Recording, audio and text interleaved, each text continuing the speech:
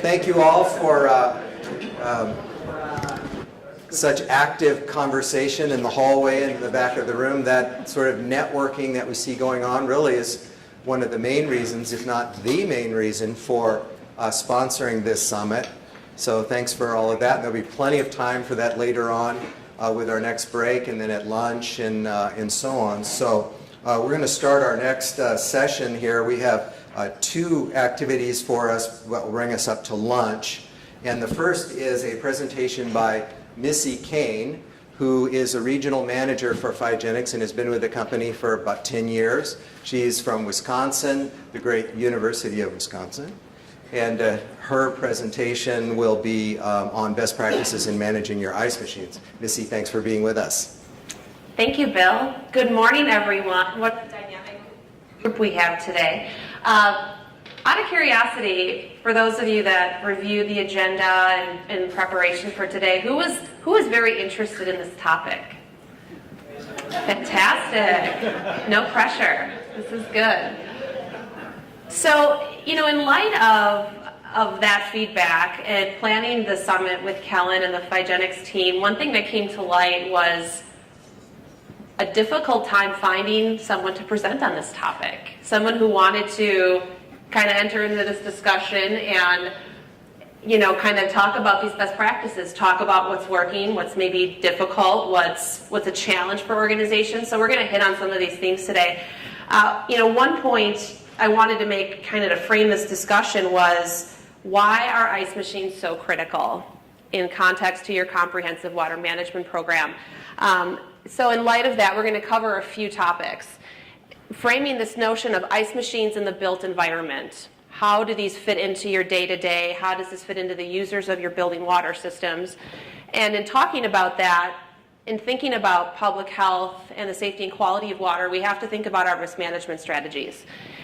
We've heard some great information so far today, great examples from Dr. Shu at Florida Health, great epidemiology information, and I think we'll make some linkages here when we talk about how ice machines fit into that strategy. I think probably the core information that folks are looking to hear today are what are the best practices and how do water management teams help drive decisions. Some useful information will be shared around Aurora Healthcare, which is a Midwest-based integrated organization that Phigenics works with.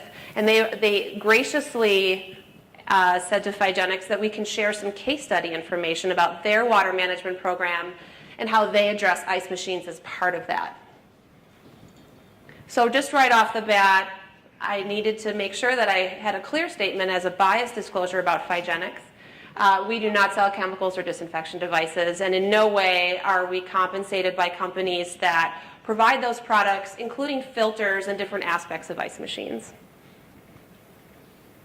So ice machines in the built environment. What I think is interesting and unique about this water system is the prevalence of different ice machines, different types, different locations of ice machines within a healthcare facility of note, different kinds of people with different risk profiles for Legionellosis or other waterborne pathogen diseases. So even in this simple screenshot of a few example units, you have a smaller unit in the center there that obviously is dispensing ice and water. Maybe you'd find that in your inpatient care area. The one on the left is a larger unit that you might find in the cafeteria of a hospital or frankly in a larger commercial building that has a cafeteria format. And frankly, there's all kinds of different engineering aspects going on in those machines. They all require maintenance. And these pose challenges for organizations. In light of the water management program concepts we're talking about today, ice machines do fit into the industry standards that you see on this slide. ASHRAE Standard 188 has clear language for risk management around potable water systems, and ice machines are specifically defined in that. And that does carry over into the CDC toolkit, which gives a great roadmap for organizations that are trying to define a broader management program for their building water systems. So ice machines, if we're talking about risk management, and we're talking about healthcare organizations, it's critical that we think about risk characterization inputs. So we think about opportunities for Legionella or waterborne pathogen growth, so this amplification opportunity that we've touched on a bit today. And we also think about typical modes of transmission, which I think we've had some great examples of discussion around. So in light of ice machines, just to go back really quick, we've talked about machines that look maybe like two of these options, where primarily users are going up to the machine in the middle and they're taking a cup and they're filling it up with water. They may or may not take ice, but all of that water inside the ice machine is being processed. So in light of that, that center slide gives you a little bit more of that illustration of how amplification can occur on different media. So whether there's a filter on that ice machine, there could be an opportunity for biofilm growth, which will allow Legionella or pathogens to grow. There are distribution lines inside that machine that then could deliver Legionella or pathogens to the end user, either through the water dispenser line or actually in the ice. The other notable point of a ice machine from a growth perspective is the opportunity for heat to be generated by the compressor on the back of the unit. And so in those situations, this photo here shows an example of some discharge lines from an ice machine that are clearly fouled. And those lines were discovered underneath a cabinet when a team was performing a validation response after some validation testing. So, I think people, a normal user going up to a machine would never expect to see something like this associated with a potable water system device, but these are real challenges. And to wrap it up, we do have concern about patients with certain risk factors having opportunities to aspirate water, either from the water line or from the ice that's melted into the cup. So connecting these risk management principles, important to note that section 7.1.2 of ASHRAE Standard 188 does specify that the program team must define the necessary system components and processes for ice machines. That includes maintenance and monitoring procedures based upon manufacturers' recommendations. That's a very notable point for a lot of folks in the room, and a few that I've talked to so far, is that, well, how frequently should I do something? What should I do? When should I do that? Manufacturer recommendations have to be the place to start. I think for facility managers in the room, that's probably a pretty common theme. But we'll get into another layer of perspective that might help you optimize your systems. Section 7.1.3 and 7.1.4 also apply to ice machines regarding water treatment and contingency response plans. So that's something else that will kind of tie back here in regards to the Aurora Healthcare case study. So what are some ice machine best practices? Right off the bat, as part of a building water survey, it's very critical to understand the water quality. The water quality in a building is going to give the water management team indication of the likelihood for scale formation. And if scale is forming in an ice machine system, that can provide a very hospitable environment for biofilms to grow.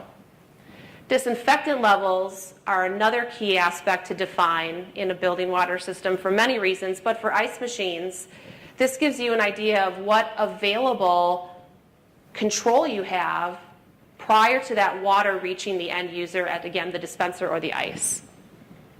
Frequency of maintenance is a common topic, and as I just stated, the first place to start is to understand your manufacturer specifications. But it's critical to know that you may need to maintain the machine more frequently based upon your water management program data. Without the program in place, typically teams will refer to that specification, and it might be more of a baseline, and as they survey, collect data, inspect, etc., opportunities to improve the quality and safety of the ice machines are generally defined. And often, we can articulate this a little bit further, there might be different kinds of maintenance that you need to provide. You may have a weekly surface clean of the machine. You may have a monthly flush of a machine that's been identified as a lower use unit versus some of your higher use units.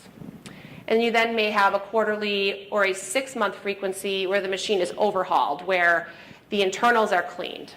Perhaps you have a contractor engaged. The filter type can be considered if that's an effective method or if alternates need to be considered. So frequency is a big topic, and a good takeaway is that you may do different things at different points within your maintenance schedule.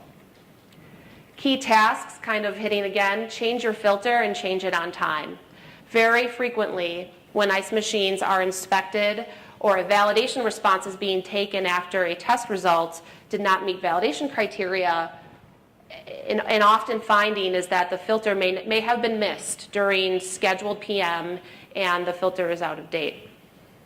Additionally, flushing water lines with diluted disinfectant solution may be necessary on a periodic basis. A lot of times we're asked, what should that disinfectant solution be? What concentration should I use? There are options to consider. There are some specific products that are applicable for ice machine cleaning. That's a great place to start. Some organizations have been very successful using a diluted 10% bleach solution, but we would refer you back to the manufacturer specs to make sure that all of the components in the ice machine are compatible with the use of bleach. Another task, perform visual inspections. Include ice machines on your daily rounds or your weekly EOC rounds or what have you. It's worth the facility manager's time to see how the machine is being used in the patient care area or in the larger use cafeteria. Understand if there's any patterns where, again, you have lower use or lower utilization. One very interesting example I had of this recently was a client that essentially had chosen to test an ice machine in a radiation oncology patient unit, which had not been previously tested. And in that condition, water quality was actually found to be a challenge. The Legionella result was negative. The total heterotrophic bacteria was elevated, which set off some validation responses. And one of the things through inspections that was uncovered is that this particular ice machine unit was really only used by about 4 staff members. And based on the use and the flow of patients in and out of this area, it just seriously was sitting there and not turning over. So through that visual inspection, they uncovered some important control opportunities. All of these different aspects of management best practices and opportunities for control really do round right up to a cross-functional team. And this is that water management team approach that we've been talking through this morning. So as an Aurora Healthcare example, they have a system executive water management team that governs their 15 hospitals, their 200 outpatient properties, which represents about 15 million square feet of managed space. And in light of that, they have very important questions that they have asked over the course of their water management program development. Some of those are shown up here. And these may be some common questions that you're asking within your organizations. Should we use carbon filters on our ice machines? Do I even know if carbon filters are on board my machines? When should we use a more sophisticated point of use filter? I've had, let's say you've had a vendor or a company reach out to you with product information, and that product information has strong claims about ensuring safety from waterborne pathogens. Should I use this filter? Is supplemental disinfection necessary? And this ties back to some of the themes that, again, Dr. Shu highlighted for Florida Health. Through disinfectant profiles collected in a building water system, how does that chlorine or temperature data fit into the downstream processing step, which is your ice machine? The water management team within Aurora also has discussed centralized purchasing opportunities. So the efficiency aspect comes back in with this water system as well. For a large organization that has, frankly, thousands of ice machine assets across a very large geography, what are some ways that they can ensure a cost-effective operation for ice machines that is also effective and keeps the water safe. And last but certainly not least, what waterborne pathogens should I test for in my ice machines?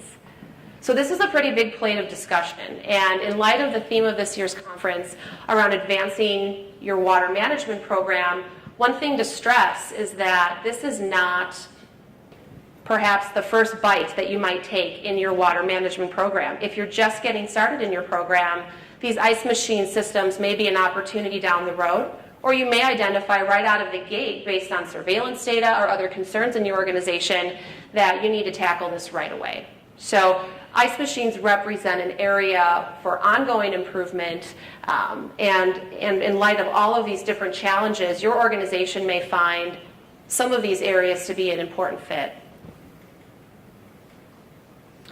So continuing on to share with you some case study information, Aurora, as a water management team, talks very frequently about these two key principles of their program.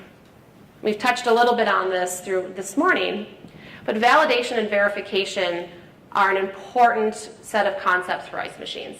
Definitions are shown as follows, that validation is evidence under operating conditions that the program controls are effective. So if your ice machines in your organization right now are somewhat in question, or you're unsure of your management practices and where you need to go with that, it's important to do some validation testing to uncover where your controls stand. Examples of this for Aurora include environmental surveillance, primarily for Legionella bacteria. Clinical surveillance includes any infections possibly attributed to the building water system. So we've had some great information on that today. And really that patient trace process will highlight reasons why an organization needs to perform proactive environmental testing for ice machine water or ice, as well as any potential clinical surveillance issues in a certain patient care area. Verification is really the day-to-day aspect of the water management program for Aurora. It's the facilities teams working with their experts, their subject matter experts who handle the ice machines, and making sure that the program is implemented accurately and that there's defensible documentation to support what they're doing. So ice machine work order summaries from their electronic PM system is critical. All of the assets are loaded into the system.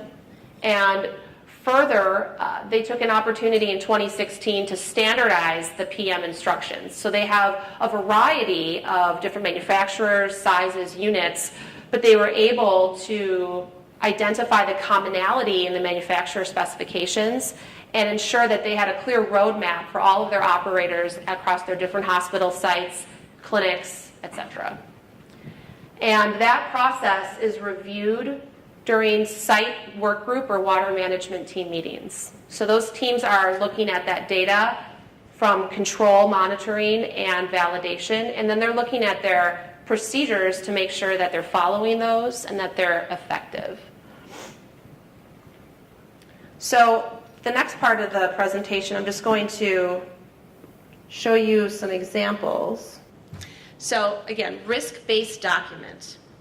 And when a process flow diagram is constructed for a building, all of the processing steps are carried over to this document.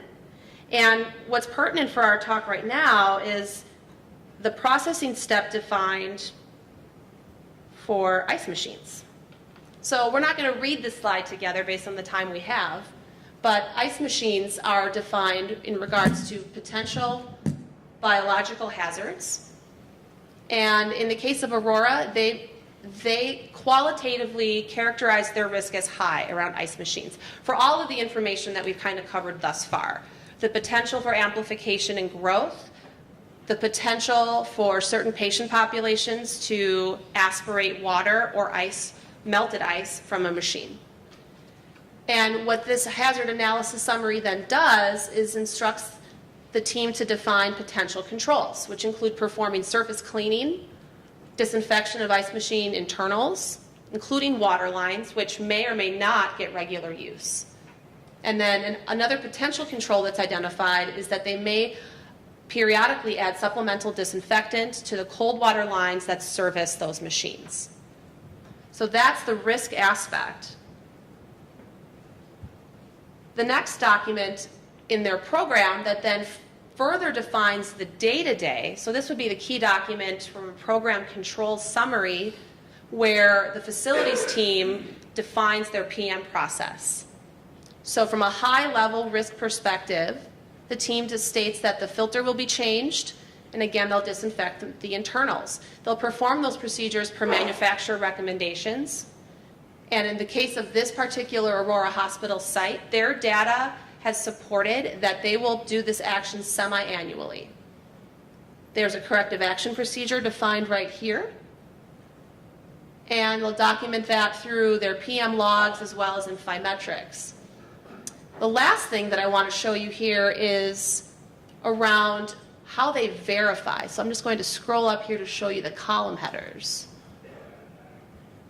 So this verification procedure is very critical. If we're not documenting evidence that we're following our plan, we're not as defensible as we could be. So in this case, ice machine verification is performed during quarterly water management team meetings. And in these meetings, the facilities representative brings evidence of completed PMs. It's typically a PDF of the assets that were scheduled for that quarter. And that evidence is uploaded to the Phigenics site and also kept within documentation in the facilities department. So an example of that is shown here in the WMP verification log, which is simply copying over the control details for this processing step. And if I scroll over for you. There we go. Has a verification date and timestamp and a comment added about how this was verified. So when an inspection occurs or an accreditation survey is in process, and perhaps there's a patient trace in regards to ice machines in a certain patient care area, this becomes very helpful information for the water management team. This log can be exported and shown in any type of review. The take-home message for Aurora Healthcare has really been that defining consistent, standardized procedures around their maintenance, identifying the optimal filter option for their machines, and then validating with microbiological testing has yielded them results that meet their validation criteria.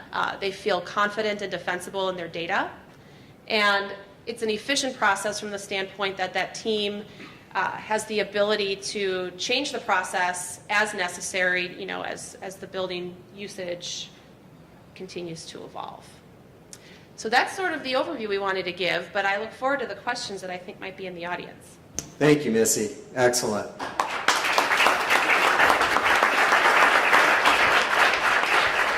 I guess we do have time for questions.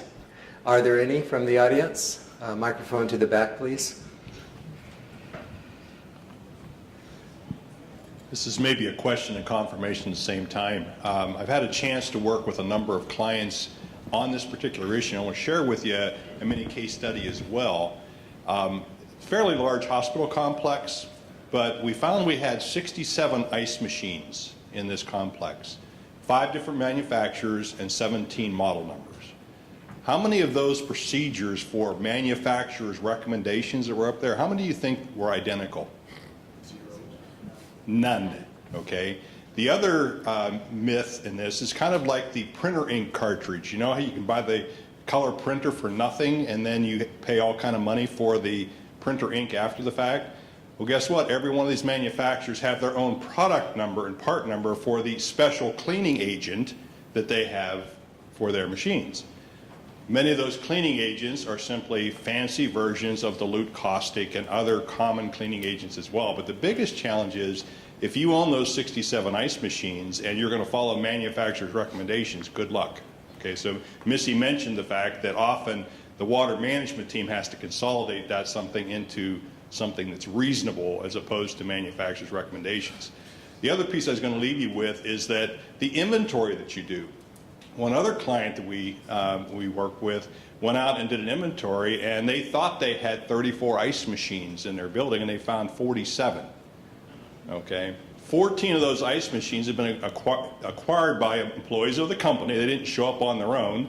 They had been installed through amazingly creative methods other than using the local plumbing staff, yet they're sitting in patient care areas. So the inventory itself, maybe you found the same thing, is a significant challenge for the water management team, which led to processes around how does someone go about acquiring an ice machine, who has to approve that ice machine, once it's in the system, how is it then maintained, how does that follow the work order system for the maintenance groups.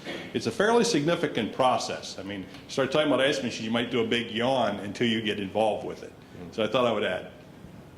Well, Brian, thanks for that perspective. I think you hit on a lot of key points.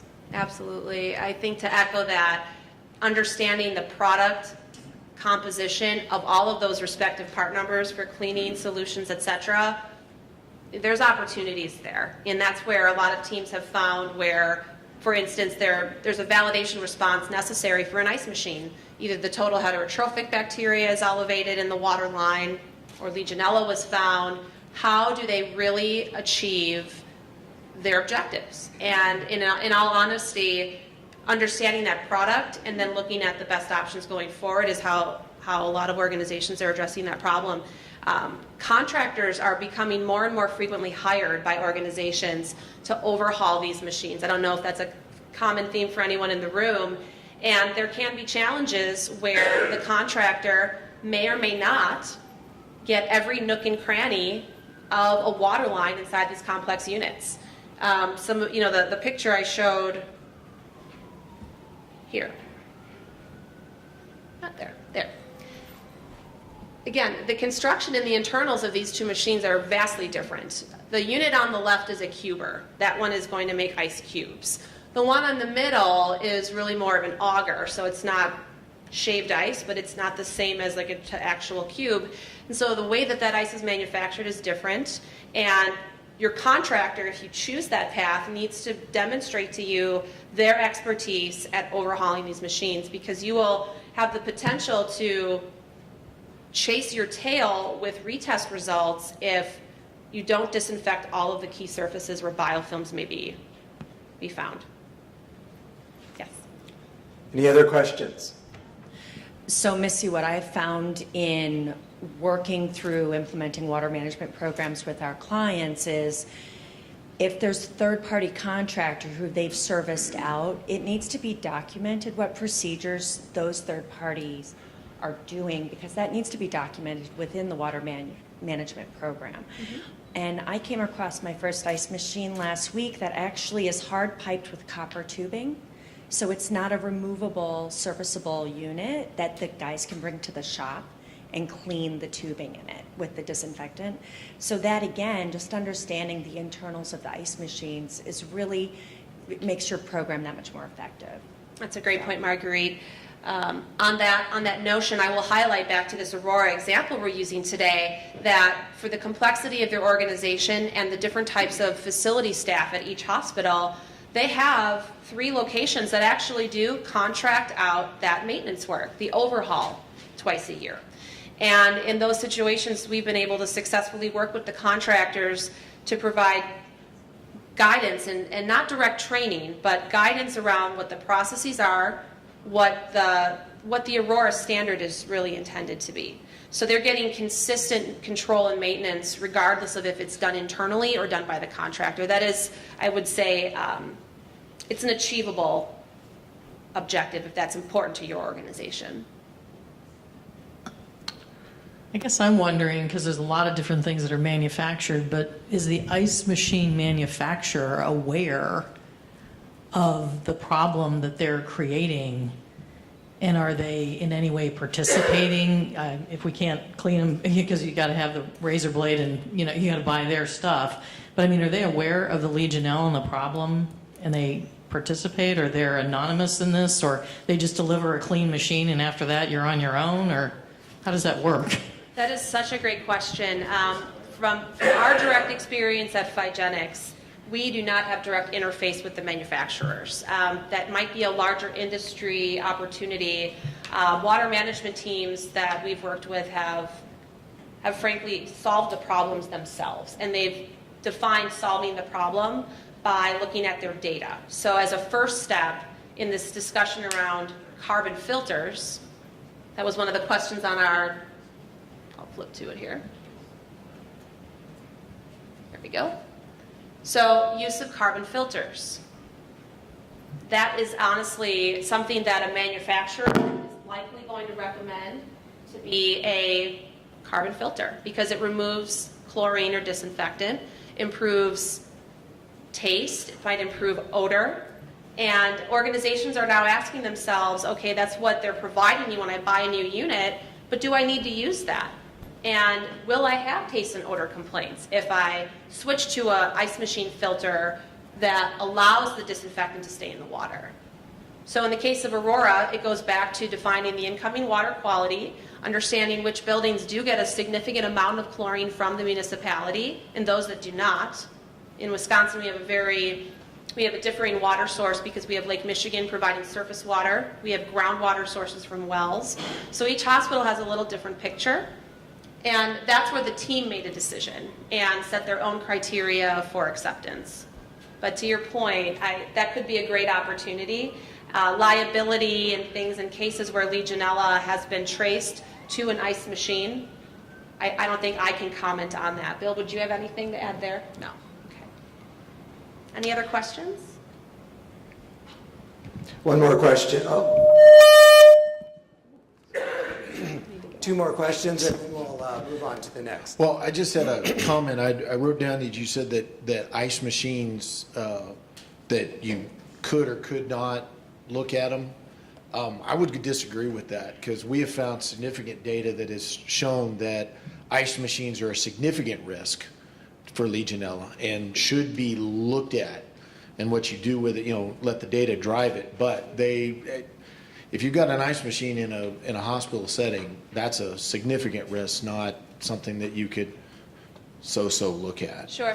I think you're clarifying a good point. I think what I have found to be true is that